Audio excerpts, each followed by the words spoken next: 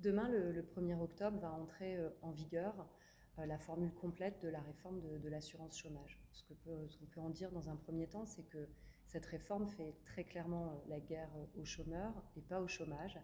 Elle va réduire les droits d'accès à l'assurance chômage, mais aussi le montant des indemnités.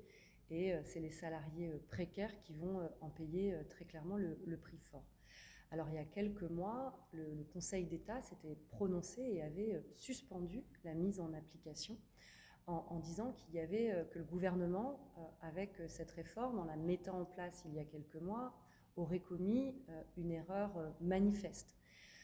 Le gouvernement lui a entendu qu'il ne pouvait pas, dans la période d'après-Covid, en temps de grosse crise, mettre en place cette réforme. Et il considère aujourd'hui que c'est tellement au beau fixe qu'il peut la mettre en application maintenant.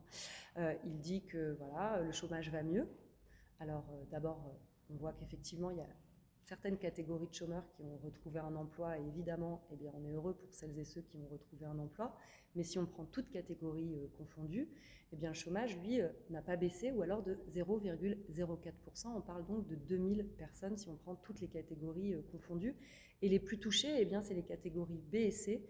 Justement, celles et ceux qui alternent des périodes d'emploi et des périodes de chômage, non pas parce qu'elles le souhaitent, mais la plupart du temps, soit parce que leur emploi l'implique, soit parce que c'est du temps partiel subi. Alors là, le gouvernement, généralement, nous sort tous les mythes de l'économie libérale. Il vient nous expliquer que parce qu'il va réduire les droits au chômage, les salariés auront un pouvoir de négociation plus fort vis-à-vis de leur employeur pour un emploi stable. Bon, j'ai pas besoin de développer, à mon avis, vous voyez bien en quoi c'est un mythe. La deuxième chose, c'est que réduire les droits au chômage, ça ferait baisser les contrats courts. De fait, d'un seul coup, il y aurait plein d'emplois stables, même chose, même logique. Il y a beau y avoir jusqu'à une prix Nobel d'économie qui dit que quand on réduit les droits au chômage, ça ne fait pas plus d'emplois et moins de chômage. Mais bon, les mythes néolibéraux, le gouvernement apparemment est prêt, même quand ils sont aussi grossiers, à les sortir. Je plaisante que pour une part parce que évidemment les effets et les conséquences vont être extrêmement graves.